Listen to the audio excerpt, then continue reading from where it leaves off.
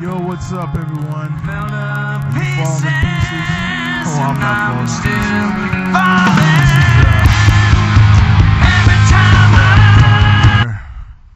It's time to review last night's big show out in Philadelphia, home of brotherly love. UFC 101 declaration, post-fight. Well, folks, it was a pretty good pay-per-view, even though I missed it. I saw the highlights on ESPN, TSN, basically. I watched them on the Sportsnet, Rogers Sportsnet. Watched some highlights, and wow. I mean, Forrest Griffin got dominated by Anderson the Spider Silva. He went up 20 pounds to take on one of the best, probably one of the best light heavyweight fighters in the world. I mean, the former champ got destroyed. Punched right out of the building. He got knocked out, then he ran out of the building. I mean, Anderson Silva just proving that he's still afraid to go to the ground. I don't know why he does that. I talked with a few of my friends over the years and in recent times, and I wonder why Anderson Silva is afraid to go to the ground. I guess since the Travis Lutter incident, when he almost got tapped, I think he's afraid to go to the ground. But who knows? Well, we move on. Kenny Florian versus BJ Penn. Wow, BJ Penn showed that he still is the prodigy. He basically submitted Kenny Florian. He caught Florian early in the first round with a left-hand hook. I don't think Florian was the same after the first punch in the first round. He tried to mount an attack, tried to get on the ground, do a little ground and pound on BJ, but BJ fought back. He didn't give up. He showed the passion, the fire, and the intensity. And BJ Penn's still the champion for a reason. He is the best lightweight champion in the world, period, in mixed martial arts. There's not much can probably beat him. I think Ken Flo was the closest to the one person that could beat him in his weight class. George St. Pierre beat him, but that was basically a super belt. They went up in weight for that fight. So I look at the situation in UFC right now. What I've been reading, according to some Yahoo Sports, Anderson Silva has told Dana White, his manager, that he wants to move to light heavyweight permanently. He'd be willing to give up his middleweight belt. So we'll see what happens. That kind of sucks. Anderson Silva is not going to be a middleweight anymore because he's destroyed everybody. There's no one in his weight class that can beat him. So now he's going to probably give up his title and focus totally on light heavyweight. Now you get back Tito Ortiz in the division.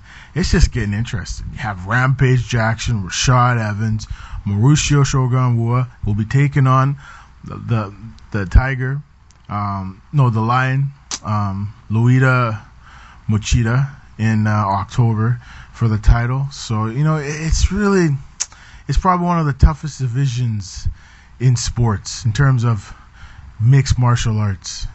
If it was boxing, this is equivalent to what the heavyweight division was when they had Tyson, Lewis, all the great heavyweights of all time when they were in their prime boxing, Holyfield and all those guys. So it's kind of the equivalent to that.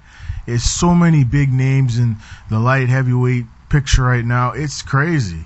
And the big signing of Fedor to Strikeforce, that's nuts, man. I think this is going to be awesome.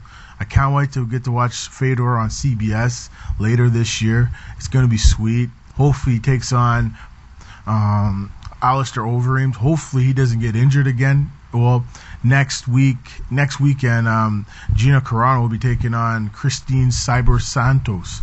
So it's going to be a pretty good fight between these two gals. They're going to be headlining the pay-per-view for Strikeforce. And you know what, folks? I'm going to have to try to find some way to watch that fight. I'm going to have to go to the pub far out to find it, but it's supposed to be pretty good. Fabricio Verdum won't be fighting Alistair Overeem, but he's going to be fighting someone else, and it should be a good fight. There's a few other good undercards on this pay-per-view. There's a light heavyweight match between Rafael, Babalu will be taking on Morasasi for the title. So, it's going to be a pretty good pay-per-view for all the fans that love to watch Strikeforce, on Showbox, basically Showtime in the United States and rest of the world. Maybe in Canada. We'll have to pick it up in pay-per-view here, so that's why I have to go look around in those bars to see if I can find it. But hopefully, if I miss it, I'm going to watch the highlights, and we'll see who won and who lost. So, folks, UFC 100 Declaration was a pretty good pay-per-view. Even though I missed it, I watched the highlights, and it looked pretty amazing. The undercards were pretty good. There were some good fights. Some big names lost, like Josh Neer. But in the end, it was a pretty good pay-per-view. For all the fans in Philadelphia, for all the fans around the world that love to watch UFC or mixed martial arts all around the world, it's just good to see that. You got Strikeforce going good. They did a deal now with Dream, so now they're going to have Dream fighters going to the States and fight in Strikeforce, and then Strikeforce fighters going to Japan to fight in Dream. So it's just going to be getting better. I think mixed martial arts has really become a family, become like Major League Baseball. You have your National League in Strikeforce, then you have your American League and in the UFC. So you have two rivalries, two big rivals competing against one another.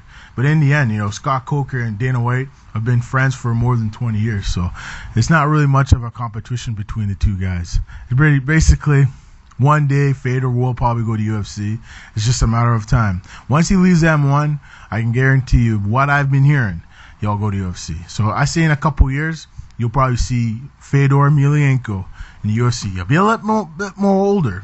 I could see one day Chuck Liddell taking on Fedor Emelianenko. Chuck Liddell being around 44 probably, taking him on. So that could be a dream fight in the future. So we'll see what happens, folks. Well, folks, you know what?